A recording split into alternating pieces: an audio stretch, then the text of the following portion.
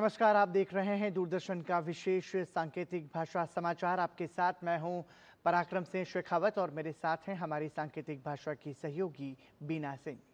और शुरुआत बड़ी खबर से। ये खबर जुड़ी हुई है देश की पहली ग्रीन हाइड्रोजन से चलने वाली ट्रेन से।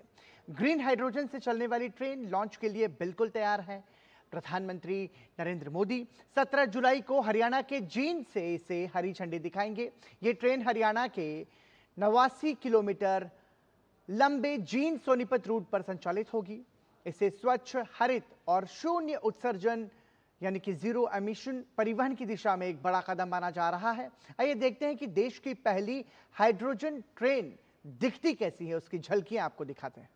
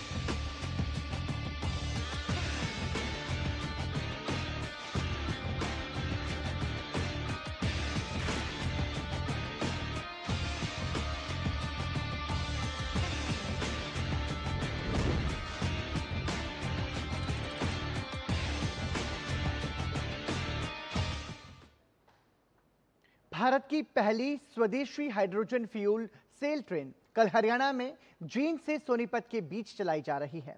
इसका उद्घाटन प्रधानमंत्री नरेंद्र मोदी करेंगे। इस ट्रेन की खासियत यह है कि यह ट्रेन हाइड्रोजन का इस्तेमाल करके खुद ही बिजली बनाती है। दरअसल हाइड्रोजन को सबसे साफ ईंधन माना जाता है और इसके इस्तेमाल से लगभग शून्य प्रदूषण होता है। यह उपलब्धि भारतीय रेलवे की ट्रेन्स को चलाने के तरीके में आए बदलाव का एक नया अध्याय है। आम इलेक्ट्रिक ट्रेन्स के उलट जो ऊपर लगी बिजली की लाइन से पावर लेती है, hydrogen fuel cell train hydrogen और ऑक्सीजन के बीच केमिकल रिएक्शन से ट्रेन के अंदर ही बिजली बनाती है। यह ट्रेन 89 किलोमीटर के इस रूट पर न सिर्फ ज्यादा सुरक्षित है बल्कि तेज भी है। और अब आपको बताते हैं कि हाइड्रोजन ट्रेन असल में कैसे काम करती है। हाइड्रोजन ट्रेन में एक छोटा पावर प्लांट होता है जो proton exchange membrane PEM fuel cell के रूप में काम करता है। ट्रेन के सिलेंडर्स में जमा हाइड्रोजन फ्यूल सेल के अंदर आसपास की हवा से मिलने वाली ऑक्सीजन के साथ मिलकर बिजली बनाती है। यह बिजली ट्रैक्शन मोटर्स को चलाती है और पहियों को घुमाती है। इस इलेक्ट्रोकेमिकल रिएक्शन से निकलने वाली एकमात्र चीज पानी की भाप और गर्मी है। इसमें ना धुआं निकलता है और ना ही टेल पाइप से कार्बन का उत्सर्जन होता है। ट्रेन को चलाने में इस्तेमाल हाइड्रोजन कहां से आएगा, इसको भी आपको समझना जरूरी है। तो आपको बता दें कि पेट्रोल पंप या सीएनजी स्टेशन की तरह ही ट्रेन को भी रिफ्यूल करने के लिए एक जगह की जरूरत होती है। इसी मकसद से इंडियन रेलवे ने जींद में भारत का सबसे बड़ा रेलवे हाइड्रोजन रिफ्यूलिंग सेंटर बनाया है। यह सेंटर 3 चरणों में काम करता है। पहला, ग्रीन हाइड्रोजन प्लांट में इलेक्ट्रोलिसिस के जरिए हाइड्रोजन बनाया जाता है। इसमें बिजली का इस्तेमाल करके पानी को हाइड्रोजन और ऑक्सीजन में अलग किया जाता है और फिर इसे खास स्टोरेज टैंक में सुरक्षित रखा जाता है। दूसरा, हाइड्रोजन को 500 बार के प्रेशर पर कंप्रेस किया जाता है जिससे कम जगह में ज्यादा मात्रा में हाइड्रोजन स्टोर किया जा सके और आखिर में इसे 2 अलग अलग हाइड्रोजन डिस्पेंसर के जरिए 350 बार के तय प्रेशर पर भरा जाता है। इसमें दोनों हाइड्रोजन फॉरवर्ड कारों में एक साथ रिफ्यूलिंग हो पाती है और ट्रेन का टर्न अराउंड टाइम यानी कि वापसी का जो समय है वो कम हो जाता है और इस सेंटर में एक बार में लगभग 3000 किलोग्राम हाइड्रोजन स्टोर किया जा सकता है, जो ट्रेन सेट के रेगुलर ऑपरेशन के लिए काफी है। इसके स्टोरेज और सप्लाई सिस्टम को petroleum and explosives safety organisation से मंजूरी मिली हुई है। दिल्ली में राष्ट्रीय सुरक्षा सलाहकार अजीत डोभाल ने बिम्स्टेक के राष्ट्रीय सुरक्षा प्रमुखों की 5वीं बैठक की अध्यक्षता की। इस बैठक में सदस्य देशों ने समुद्री मानवीय सहायता एवं आपदा राहत के लिए साझा दिशा निर्देश अपनाए और समुद्र में कानून प्रवर्तन एजेंसीज के बीच समन्वय के लिए मार्गदर्शन सिद्धांतों का समर्थन किया। इन कदमों का उद्देश्य क्षेत्र में राहत कार्यों को तेज, प्रभावी और सुरक्षित बनाना है। इसमें बांग्लादेश, भूटान, म्यांमार, नेपाल, श्रीलंका और थाईलैंड के राष्ट्रीय सुरक्षा सलाहकारों और प्रतिनिधिमंडलों के प्रमुखों ने भाग लिया। राष्ट्रीय सुरक्षा प्रमुखों ने आतंकवाद और संगठित अपराध से निपटने, साइबर, समुद्री और ऊर्जा सुरक्षा को मजबूत करने, संपर्क बढ़ाने, प्रभावी आपदा प्रबंधन तथा नई और उभरती सुरक्षा चुनौतियों से निपटने के लिए व्यवहारिक और परिणाम आधारित उपायों पर चर्चा की। इस दौरान अजीत डोभाल ने साइबर खतरों, समुद्री चुनौतियों का जिक्र करते हुए कहा कि हम अपने लोगों के लिए खुशहाली और शानदार भविष्य की कोशिश करते हैं। We strive to achieve a great future, sharing prosperity and resilience for all our people. We have advanced and strengthened cooperation in fighting terrorism, combating transnational organized crime, cyber threats, meeting maritime challenges, and we are poised to combat new and emerging threats together. BIMSTEC's long-standing goals of regional security, connectivity, capacity building, and economic security should continue to drive our collective efforts. Delhi आबकारी नीति से जुड़े मामले में Delhi high court ने मुख्यमंत्री रहे अरविंद केजरीवाल, पूर्व उप मुख्यमंत्री मनीष सिसोदिया, आम आदमी पार्टी के नेता दुर्गेश पाठक समेत अन्य आरोपियों को अपना जवाब दाखिल करने के लिए आखिरी और अंतिम अवसर दिया है। गुरुवार को हुई सुनवाई के दौरान केजरीवाल, सिसोदिया, पाठक और अन्य आरोपियों की ओर से अदालत में कोई भी पेश नहीं हुआ। इस पर सॉलिसिटर जनरल तुषार मेहता ने अदालत को बताया कि आरोपियों को जवाब दाखिल करने के लिए पहले भी कई बार अंतिम अवसर दिया जा चुका है, लेकिन अब तक जवाब दाखिल नहीं किया गया। यह मामला सीबीआई की उस याचिका से जुड़ा है जिसमें ट्रायल कोर्ट द्वारा सभी आरोपियों को आरोप मुक्त किए जाने के आदेश को दिल्ली हाईकोर्ट में चुनौती दी गई है। मामले की अगली सुनवाई 17 और 18 अगस्त के लिए निर्धारित की गई है। कोलकाता के नेताजी सुभाष चंद्र बोस इंटरनेशनल एयरपोर्ट परिसर स्थित बांकड़ा मस्जिद को स्थानांतरित करने की चर्चाओं से राजनीति गरमाई हुई है। मस्जिद में नमाज को लेकर उठे विवाद के बीच बांकड़ा मस्जिद कमेटी के बैनर तले आयोजित प्रेस कॉन्फ्रेंस में सिद्दीकुल्लाह चौधरी ने विरोध का ऐलान किया है।